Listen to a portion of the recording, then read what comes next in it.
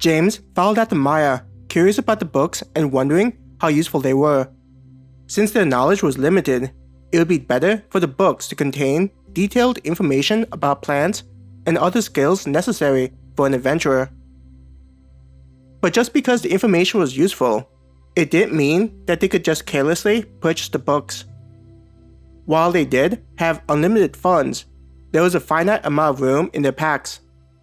Just at a glance, some of the books were larger than the books he'd seen at the public libraries. "Hello, how may I help you today?" the merchant asked them. "We're about to start a request, and I thought it would be helpful to have some books that could help," Maya said, smiling at the merchant. The merchant placed a hand on her chin as though sorting through the inventory of a shop all in her head. Her face soon brightened as she went to the back of the stall. Though the stalls weren't as large as the stores outside the guild, they still had significant space. Seeing the merchant going back to grab something likely meant that most of the books placed in view were just to attract the attention of adventurers walking by. There was even a curtain that concealed the number of books in stock. While they waited for the merchant to return, they casually looked through the books that were on display.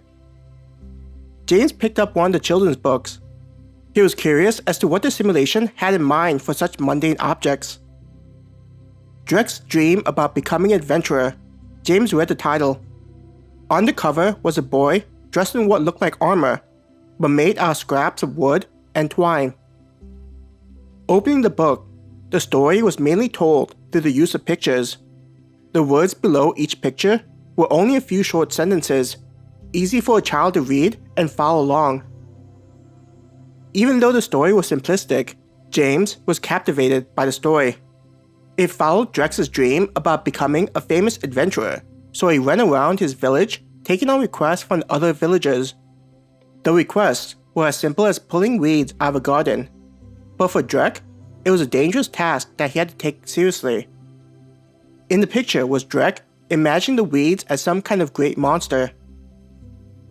Eventually, the story ended with him going back home, where his mother was waiting at the door with his dinner prepared. The last picture was Drek sleeping while holding onto a stick that was supposed to be a sword. A cloud to represent his dreams showed how he hoped to look in the future. James couldn't help but smile after finishing the story. "Was it good?" Maya asked. She had noticed that he had been engrossed in the story and left him alone. "It reminds me of the children's books I'd see in the public library," James said. "I can see this existing in the real world with the quality of the story." The merchant came back carrying a large stack of books. She noticed the book that James was holding. "That's a popular one amongst the children. Parents will sometimes come to my shop to buy the children's books that I carry." "Are children's books not carried by other stalls in the marketplace?" James asked, a little surprised due to how popular the book was by the merchant's words. Setting the stack of books down, she took a deep breath with how much effort it was to carry the heavy books. "There are a few stalls that also sell children's books, but most don't. They don't feel like it's worth the trouble, and the profit isn't that great either. I mainly sell them because I enjoy knowing that a child is getting to expand their imagination." The merchant smiled as she wiped the sweat off her brow.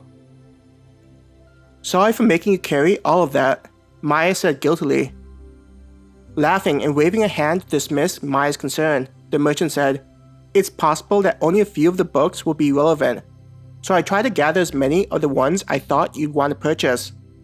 Working hard is what being a merchant is about," she grinned.